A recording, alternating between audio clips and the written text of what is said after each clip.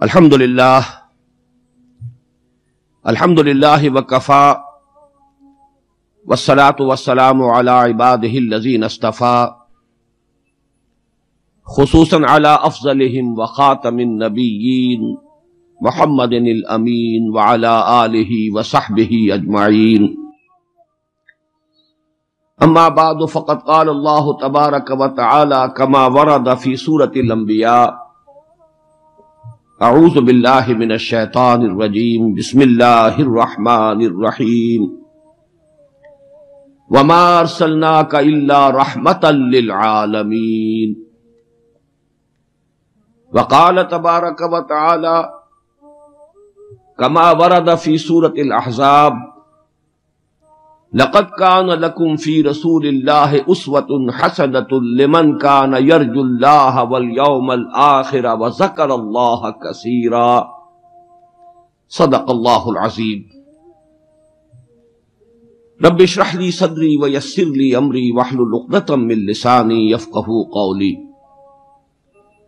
اللهم ربنا ألهمنا رشدنا وأعذنا من شرور أنفسنا اللهم أرنا الحق حقا وارزقنا اتباعه وأرنا الباطل باطلا وارزقنا اجتنابه اللهم ربنا نور قلوبنا بالإيمان واشرح صدورنا للإسلام اللهم وفقنا لما تحب وترضى اللهم وفقنا أن نجاهد في سبيلك بأموالنا وأنفسنا اللهم وفقنا أن نقيم دينك المتين اللهم وفقنا أن نقيم نظام الخلافة في باکستان آمین یا رب العالمین۔ محترم صدر مجلس، معزز حاضرین اور محترم خواتین، میں نے اپنی آج کی گفتگو کے لیے جن دو مختصر آیات مبارکہ کا انتخاب کیا ہے، میں سمجھتا ہوں کہ آپ میں سے ہر شخص کو یہ دونوں آیتیں یاد ہوں گی، اس لیے کہ سیرت مطہرہ کے موضوع پر یہ ہو نہیں سکتا کہ ان آیات کا حوالہ نہ آئے۔ مساجد کے خطبات میں، جلسوں کی تقاریر میں جہاں حضور کا ذکر ہوگا ان دو آیتوں کا حوالہ ضرور آئے گا، اگرچہ یہ جیسا کہ ہمارے ہاں معمول ہے صرف عنوان کے طور پر پڑھی جاتی ہیں، ان کے مضامین پر گہرائی میں غور و فکر کرنے کی دعوت بالعموم نہیں دی جاتی۔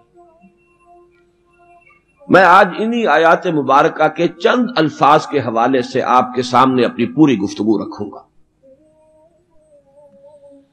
پہلی آیت مبارکہ ہے سورہ انبیاء کی آیت نمبر 107، جو اس کے بالکل آخری حصے میں وارد ہوئی۔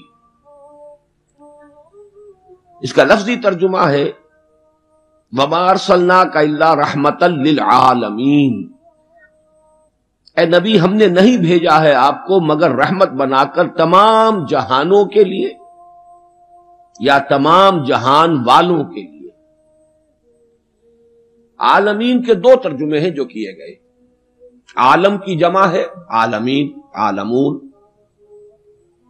تو تمام جہانوں کے لیے رحمت بنا کر۔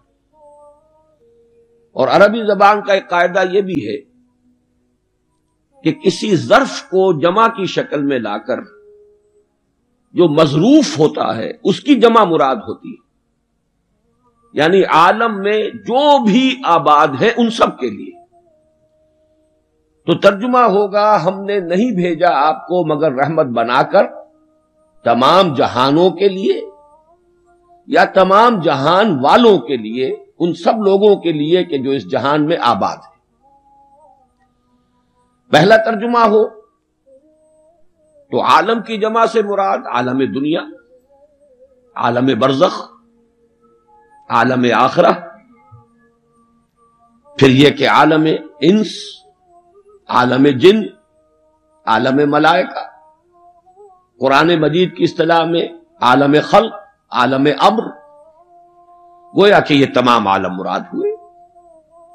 اور اگر دوسرا مفہوم لیا جائے تو گویا کہ عالم انسانیت میں جتنے بھی شامل ہیں ان سب کے لیے ہم نے اے محمد صلی اللہ علیہ وسلم آپ کو رحمت بنا کر بھیجا۔ اب توجہ کو مرکوز کیجئے لفظ رحمت پر۔ رحمت سے مراد کیا ہے؟ لقد کان لکم فی رسول اللہ اسوۃ حسنہ، یہاں خطاب ہو رہا ہے تمہارے لیے اللہ کے رسول کی زندگی میں، اللہ کے رسول کی شخصیت میں ایک عمدہ نمونہ ہے۔ پہلے تو غور کیجئے لکم سے مراد کیا ہے؟ یہاں خطاب مسلمانوں سے ہے، یہاں پوری نوع انسانی سے نہیں ہے، یہ فرق ہے، نوٹ کر لیجئے۔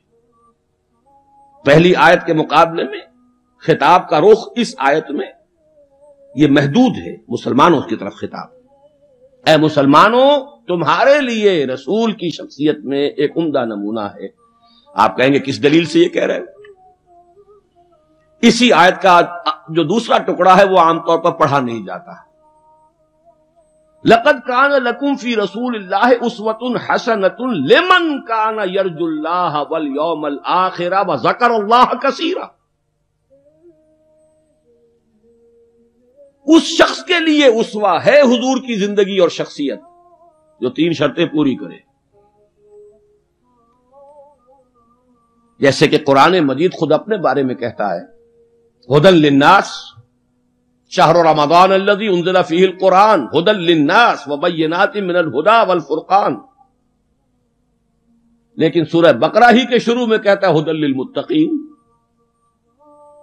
ستیارتھ پرکاش کے مصنف نے سوامی دیانند سرسوتی نے تو اعتراض کیا تھا اس پر۔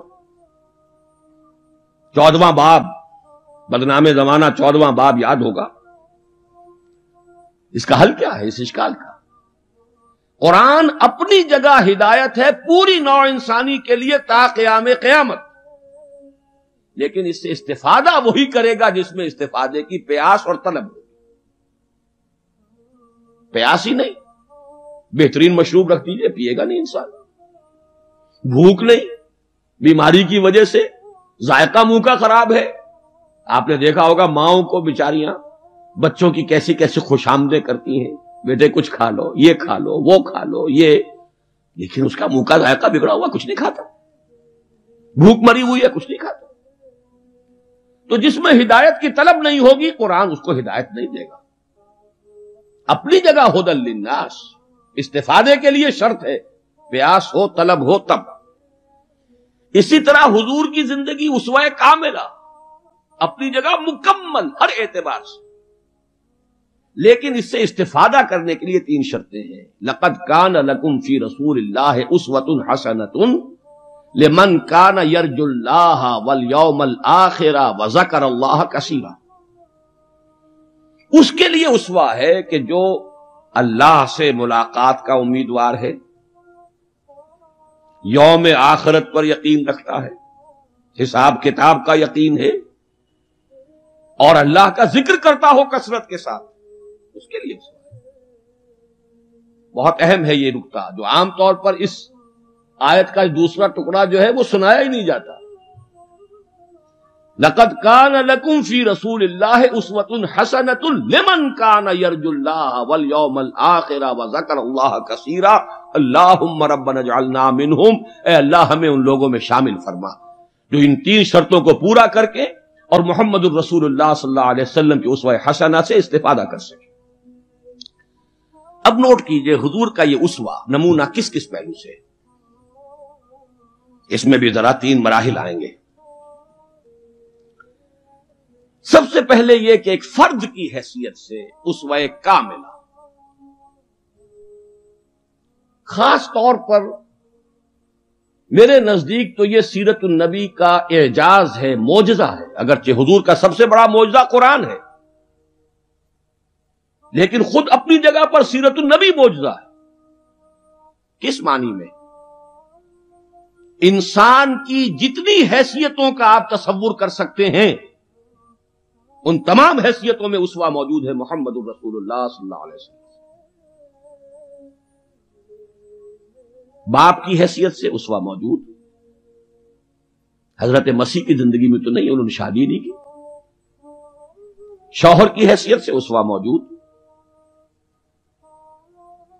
خسر کی حیثیت سے اسوہ موجود، حضرت علی کے خسر ہے کہ نہیں، حضرت عثمان کے خسر ہے یا نہیں، داماد کی حیثیت سے اسوہ موجود، حضرت ابوبکر حضرت عمر کے داماد ہے کہ نہیں۔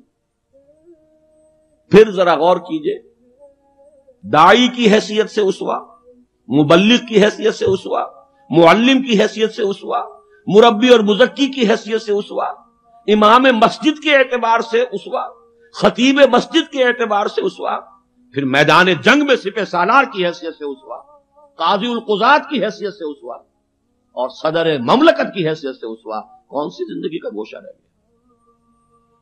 اتنی گمبھیر زندگی کا واقعہ یہ ہے کہ کوئی اور دنیا میں مثال آپ نہیں دے سکتے، اتنی جامع زندگی۔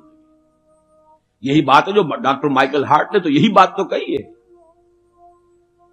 he is the only person supremely successful in both the religious and secular fields۔ باقی عظیم شخصیتیں ایسی ہیں یا مذہب و اخلاق اور روحانیت کے میدان میں بلند نظر آئیں گی تو دنیا اور سیاست اور مملکت اور ریاست اور سپہ سالاری میں زیرو۔ گوتم بدھ کا ادھر اونچا مقام ہے، ادھر زیرو۔ حضرت مسیح کا ادھر اونچا مقام، ادھر زیرو۔ حضرت مسیح ابھی آئیں گے، دوسرا میدان بھی، اس میں بھی ان کی جولانیاں ہوں گی، لیکن اس وقت تک دنیا جس مسیح سے واقف ہے ان کی زندگی میں تو دوسرا کھاتا ہی نہیں، کھانا کھلا ہی نہیں۔ اور ادھر آئیے، سکندر اعظم کہاں میکیڈونیا سے چلا ہے اور بیاس تک پہنچ گیا ہے 3 سال کے اندر اندر، لیکن روحانیت اور مذہب اور اخلاق کے معاملے میں زیرو سے کام نہیں چلتا، کوئی مائنس ویلیو لانی پڑے گی۔ اسی طرح اٹیلا، اسی طرح چنگیز خان۔ ایک ہی شخصیت ہے، the only person supremely successful in both the fields, گویا کہ ہر اعتبار سے اسوہ کاملہ۔ یہاں بھی ایک نقطہ ذرا سی ڈائگریشن ہے، ایک پہلو ایسا ہے انسانی زندگی کا جس میں حضور اس کی شخصیت یا آپ کی سیرت اسوہ نہیں ہے۔ آدمی چونک جائے گا، اسے شاید توہین پر محمول کرے، لیکن ہے۔ اور وہ شخصیت کا پہلو ہے ایک عورت کی حیثیت سے، بیوی کے لیے اسوہ، ماں کے لیے اسوہ، کہاں سے آئے گا؟ آخر آدھی انسانیت ہے، نصف بہتر حیات آپ تو کہتے ہیں، دی بیٹر ہاف، اس کے لیے اسوہ، اس کی نسوانی زندگی کے اعتبار سے اسوہ کا ہو۔ دیکھیے یہی نقطہ ہے، نوٹ کر لیجئے، دل پر لکھ لیجئے۔ یہی وجہ ہے کہ جس سورہ مبارکہ میں یہ آیت آئی ہے لَقَدْ كَانَ لَكُمْ فِي رَسُولِ اللَّهِ أُسْوَةٌ حَسَنَةٌ، اسی میں فرمایا گیا اے نبی کی بیویوں تمہیں اسوہ بننا ہے پوری نوع انسانی۔ یا نساء النبی لستن کاحد من النساء، اے نبی کی بیویوں تم عام عورتوں کے مانند نہیں ہو۔ نبی کی زندگی میں جو خلا ہے اس لیے کہ وہ مرد ہے، اسوہ کے اعتبار سے جو خلا رہ گیا ہے اسے تمہیں پر کرنا ہے۔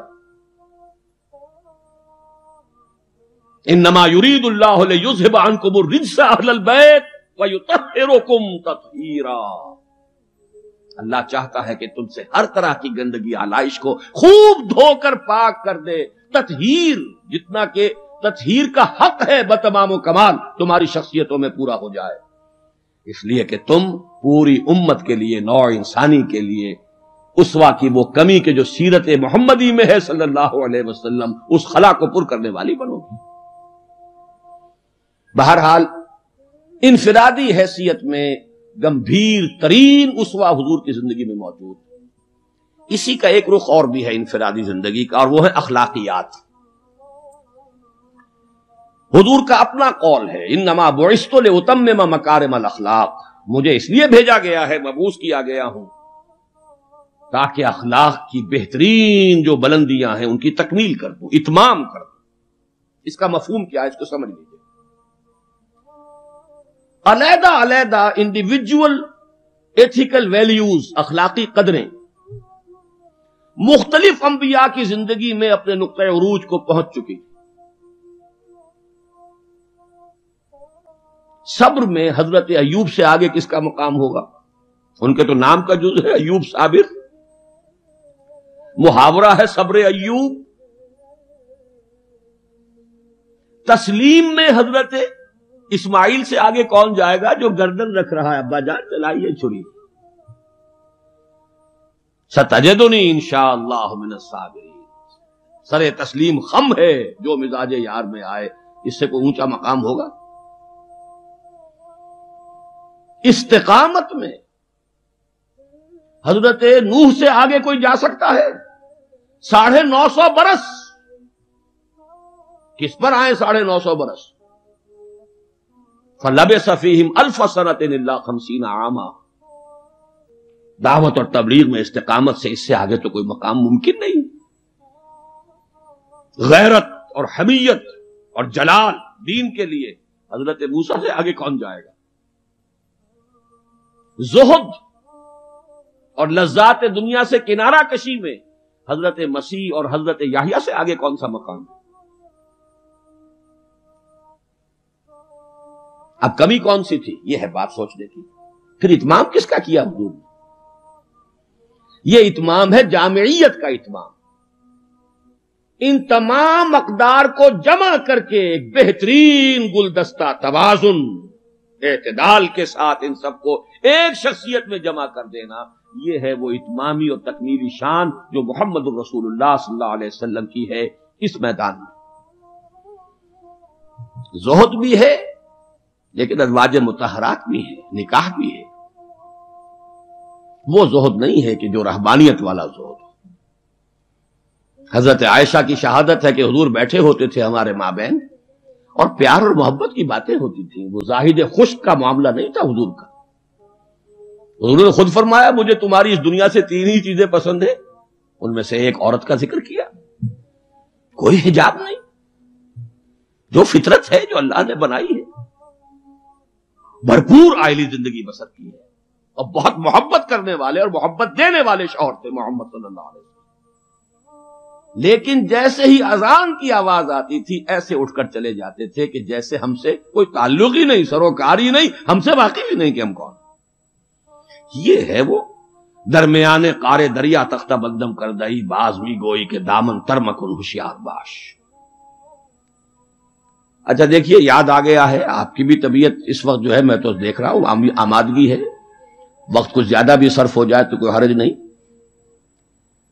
رجم کا ایک واقعہ ہو رہا ہے حضرت مسیح کی زندگی میں، وہ میری مگدلین پڑھا ہوگا آپ نے، زانیہ تھی، جرم ثابت ہو گیا، اسے رجم کرنے کے لیے لے کے جا رہے تھے، شور مچا ہوا تھا، حضرت مسیح بھی گزر رہے تھے، کیا معاملہ ہے؟ یہ ہے، فرمایا ٹھیک ہے چلو، خود بھی چلے۔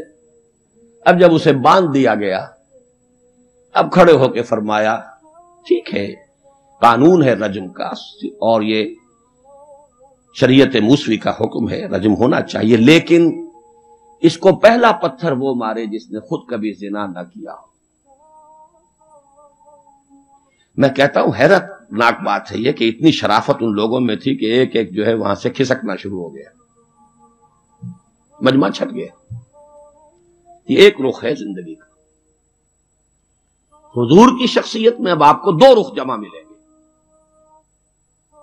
وہ غامدیہ خاتون آئی ہے، اس نے کہا حضور مجھ سے وہ خطا ہو گئی ہے، مجھے پاک کر دی۔ حضور نے پوچھا کہ کہیں کوئی حمل تو نہیں ہے؟ جی حمل بھی ہے۔ تو جاؤ، جرم تمہارا ہے، اس جان کا کیا جرم ہے جو تمہارے پیٹ میں ہے، وضع حمل کے بعد آنا۔ اب آئی ہے وہ وضع حمل کے بعد، بچہ گود میں ہے، حضور وہ مرحلہ طے ہو گیا، مجھے پاک کر دیجئے، رجم کر دیجئے، میں پاک ہو جاؤں، دنیا کی سزا میں بھگت لوں گی، آخرت میں اللہ مجھے بچا۔ فرمایا ابھی تو اس بچے کی زندگی تمہارے ساتھ وابستہ ہے، جاؤ دودھ پلاؤ۔ کچھ دنوں کے بعد پھر آئی ہے، بچے کے ہاتھ میں روٹی کا ٹکڑا ہے، کھا رہا ہے۔ فرمایا ہاں ٹھیک ہے، لے جاؤ اس کو رجم کر دو، اللہ کا حکم ہے، لا تاخذکم رافت فی دین اللہ ولا تاخذکم بہما رافت فی دین اللہ، اللہ کا حکم ہے، کرنا ہوگا، چاہے اپنے سینے پر پتھر رکھنا پڑے، اب رجم کرنا ہوگا۔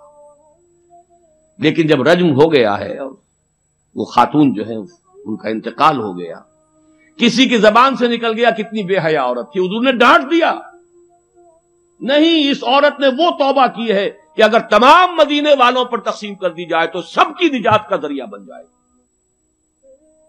یہ توازن ہے، حکم رب کا نفاذ بھی ہے، اس میں اپنی ذاتی شفقت کو آڑے نہیں آنے دینا ہے، لیکن یہ نہیں ہے کہ اس سے کوئی سوء ظن ہو۔ مریض سے دشمنی نہیں ہوتی، مرض سے دشمنی ہوتی، مریض سے تو ہمدردی ہوتی، اور اس نے تو وہ توبہ کی ہے۔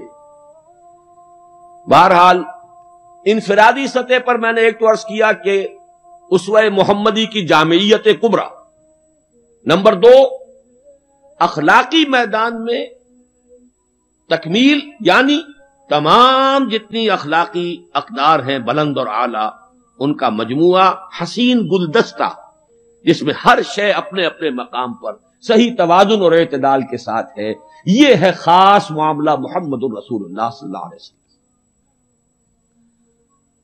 دوسرا اسوہ حضور کا وہ میں بیان کر چکا، ایک ماڈل پیش کر دیا، نوع انسانی کے لیے ایک ماڈل، وہ نظام قائم کیا، کس نے کیا؟ محمد الرسول اللہ نے کیا صلی اللہ علیہ وسلم۔ اگرچہ یہ نوٹ کر لیجئے کہ اس ماڈل کا جو اصل ہے دور، وہ ہے دور فاروقی،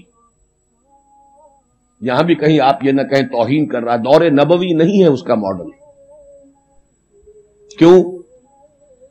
حضور کی حیات طیبہ میں تو ابھی انقلابی عمل جاری تھا، ریولوشنری پروسیس تھا اپنے پورے چوبن کے اوپر، نظام قائم ہوا اور آپ کا انتقال ہو گیا، بلکہ آپ نے خود چوز کیا ہے، اللہم فی الرفیق الاعلی، اے اللہ بس میرا کام پورا ہو گیا، اب میں مزید یہاں رہنے کو تیار نہیں، خود خطبہ دیا آپ نے۔ بلکہ اسے اگر سوء ادب نہ سمجھا جائے تو میرے دل میں تو ایک بات ہے کہ اگر حضور کے قدموں میں اللہ نے پہنچا دیا میدان قیامت میں یا عالم آخرت میں، تو شکوہ کروں گا کہ حضور آپ نے جلدی کی۔ ابھی جو عرب ایمان لائے تھے یدخلون فی دین اللہ افواجا، ابھی ان کی کچھ اور تربیت آپ فرماتے، کچھ اور دن آپ دنیا میں قیام فرماتے۔ چوائس ہوتا ہے نبی کا، یہ تو حضور کی حدیث ہے۔ انبیاء کا معاملہ خاص ہے کہ جب وقت آ جاتا ہے اس وقت انہیں چوائس دے دیا جاتا ہے، ابھی مزید رہنا چاہتے ہیں تو رہیے، اور اگر واپس آنا چاہتے ہیں تو ٹھیک ہے، آپ کا وہ وقت جو ہے وہ ہو چکا۔ اسی پر تو حضور نے فرمایا تھا مرض وفات میں جب ذرا سا وقفہ ہوا ہے اور افاقہ ہوا ہے، حضرت ابوبکر نماز پڑھا رہے تھے مسجد نبوی میں، اور حضور پھر اپنے اس افاقے کی وجہ سے حضرت علی اور حضرت عباس رضی اللہ تعالی عنہما کے کندھوں پر اپنا ایک ایک ہاتھ دست مبارک رکھ کر مسجد میں تشریف لائے۔ حضرت ابوبکر ہٹنے لگے پیچھے، جب آپ امامت فرمایا آپ نے اشارے سے کہا نہیں تم امامت کرو، حضرت ابوبکر کے پہلو میں بیٹھ گئے، کھڑے نہیں رہ سکے۔ اب آپ نماز پڑھ رہے تھے، حضرت ابوبکر آپ کی اقتدا کر رہے تھے، اور باقی پوری جماعت حضرت ابوبکر کی اقتدا کر رہی ہے۔ یہ خاص نماز ہے، یہ ایک ہی نماز ہے بس جو اس رنگ میں پڑھی گئی۔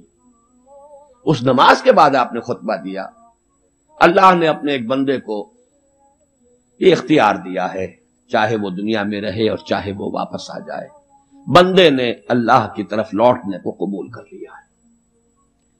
حضرت ابوبکر رو پڑے، باقی صحابہ نہیں سمجھے کہ یہ تو ایک خاص بات کہی جا رہی ہے، کسی اور کی حکایت ہے، کیا ہے۔ حضرت ابوبکر رو پڑے، سمجھ گئے کہ معاملہ کیا ہے، اب آپ نے فیصلہ کر لیا مراجعات۔ بہرحال میں یہ عرض کر رہا تھا کہ حضور کی حیات طیبہ بہت گمبھیر انقلابی عمل ہے جو اس کے اندر چھایا ہوا ہے، اس میں پھر ابھی اس نظام کی برکات جو ہیں وہ نمایاں نہیں ہے، موجود ہیں، نمایاں نہیں ہے۔ اسی طرح حضرت ابوبکر کے کل 2.25 سال، اور وہ بھی جس انقلاب کی تکمیل حضور نے کر دی تھی، اس کے خلاف جو کاؤنٹر ریولوشنری موومنٹس اٹھی ہیں ان کو کرم کرنے میں سارا وقت صرف ہو گیا۔ مسیلمہ کذاب اٹھ کھڑا ہوا ہے، فلاں جو ہے یہ نبیہ بن کر دعوے دار بن کر کھڑی ہو گئی ہے، اس نبی اور نبیہ کا نکاح بھی ہو گیا ہے، ایک طوفان، منکرین زکوٰۃ کھڑے ہو گئے ہیں، اور شاید آپ نے کبھی نوٹ نہ کیا ہو، نوٹ کر لیجئے، یہ سورت تو آپ پڑھتے ہی ہیں، اذا جاء نصر اللہ والفتح ورأیت الناس يدخلون فی دین اللہ افواجا، لیکن یہ کہ اس کی ایک برعکس تصویر بھی ہے، وہ دیکھ لیجئے کہ حضور کے انتقال کے بعد وہ جو فوج در فوج آئے تھے، فوج در فوج نکل بھی گئے تھے، یخرجون من دین اللہ افواجا، اور دارالاسلام جو ہے وہ صرف مدینے تک محدود ہو کر رہ گیا تھا۔ حضرت ابوبکر کی فضیلت جو ہے در حقیقت اسی سے ظاہر ہوتی ہے، with an iron fist and with an iron will، جس طرح آپ نے مقابلہ کیا ہے اور کرش کر دیا ہے ان تمام جو بھی قوتیں اٹھی ہیں۔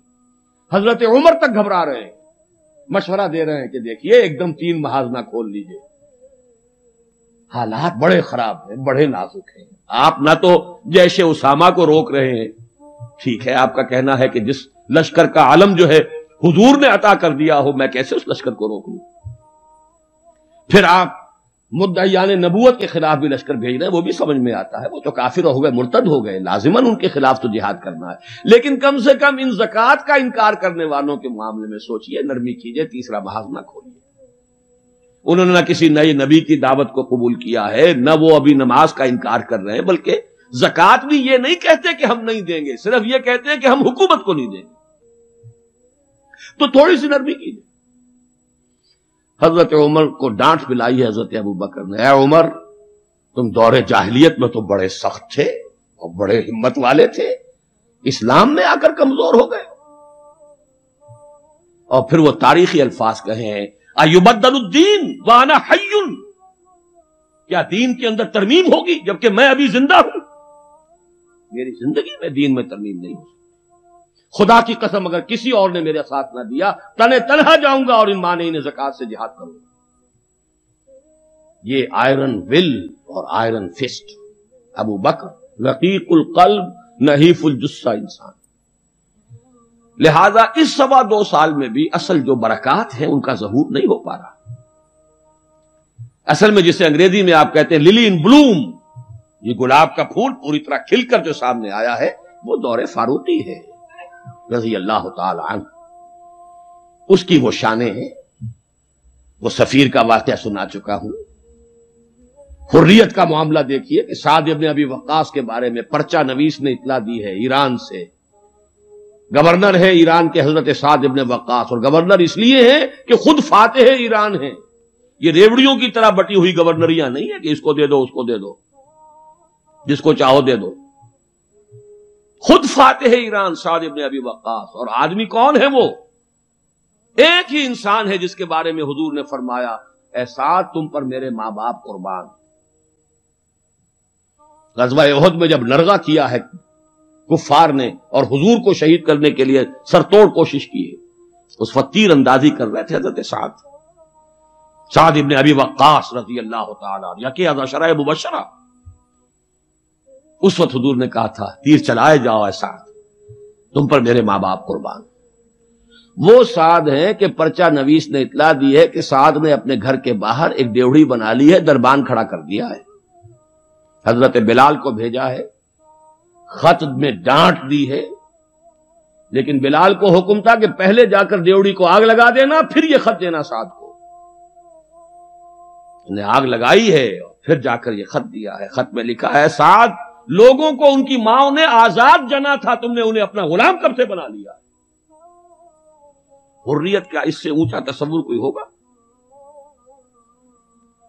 ایک عورت ٹوک رہی ہے، عمر جی، محمد عورت تھی، یہ کیا تم نے حکم نافذ کیا ہے کہ مہر اس سے زیادہ نہیں ہوگا؟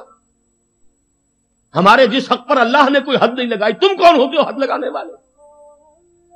قرآن کی آیت ہے، وَآتَيْتُمْ إِحْدَاهُنَّ قِنْطَارًا، تم نے اگر اپنی کسی بیوی کو ڈھیروں دیا ہو سونا کبھی واپس نہیں لے سکتے۔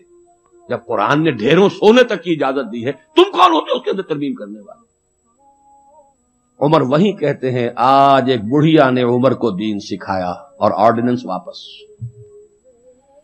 حریت، احتساب، تنقید، مساوات، اگر یہ کچھ چڑیاؤں کے نام ہیں، ہمارے لیے تو یہ چڑیاں ہیں، ان کا ہے۔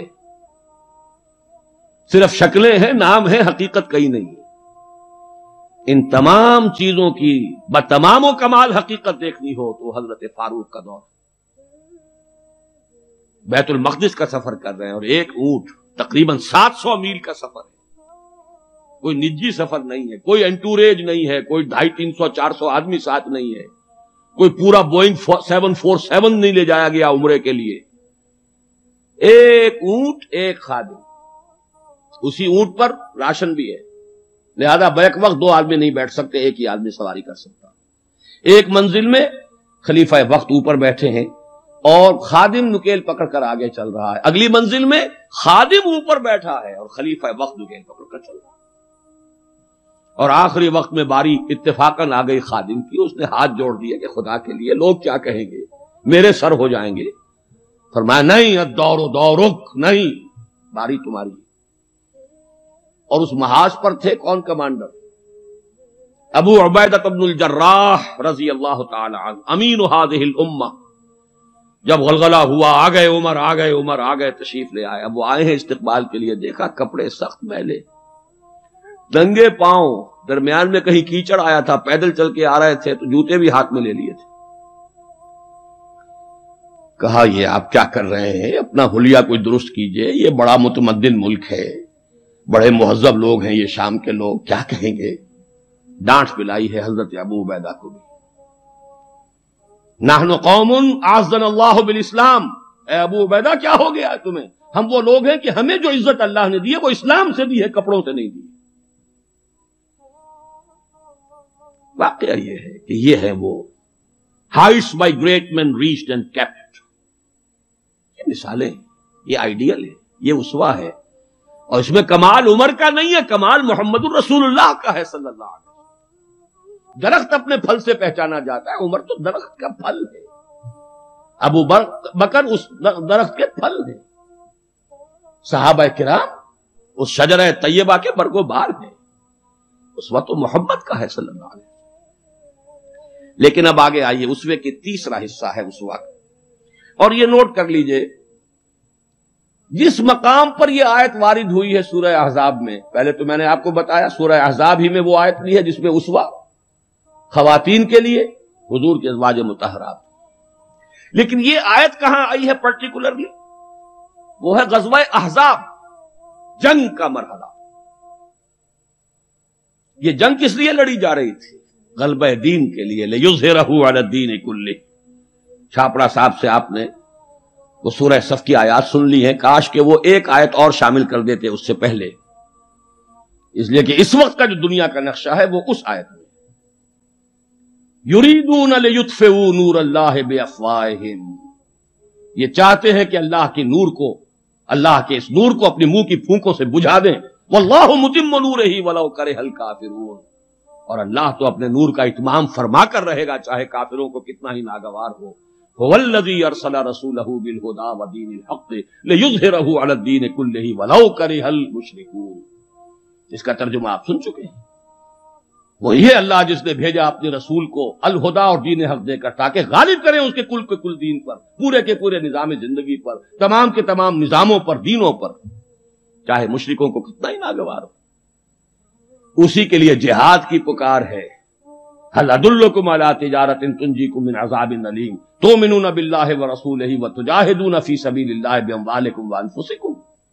اسی کے لیے قتال کی ترغیب ہے، یہ اس پہلے حصے میں ہے، ان اللہ یحب الذین یقاتلون فی سبیلہ صفا کانہم بنیان مرصوص۔ تو حضور کا ایک اسوہ تو پوری نوع انسانی کے لیے ہے، وہ ماڈل جو آپ نے دکھا دیا، قائم کر کے نظام کی ایک مثال دنیا کے سامنے پیش کر دی۔ یہ ممکن ہے، قائم ہو سکتا ہے، یہ کہانی نہیں ہے، یہ تو تاریخ کا نصف النہار ہے۔ 5000 برس قدیم بات ہوتی تو کہتے پتہ نہیں ڈھکوسلا ہے، ہوا بھی ہے کہ نہیں ہوا۔ یہ تو عین ہسٹوریکل ایرا ہے، تاریخی حقائق ہیں، پوری دنیا مان رہی ہے، روز روشن نصف النہار پر سورج تاریخ کا ہے، جبکہ محمد الرسول اللہ صلی اللہ علیہ وسلم نے یہ ماڈل پیش کیا۔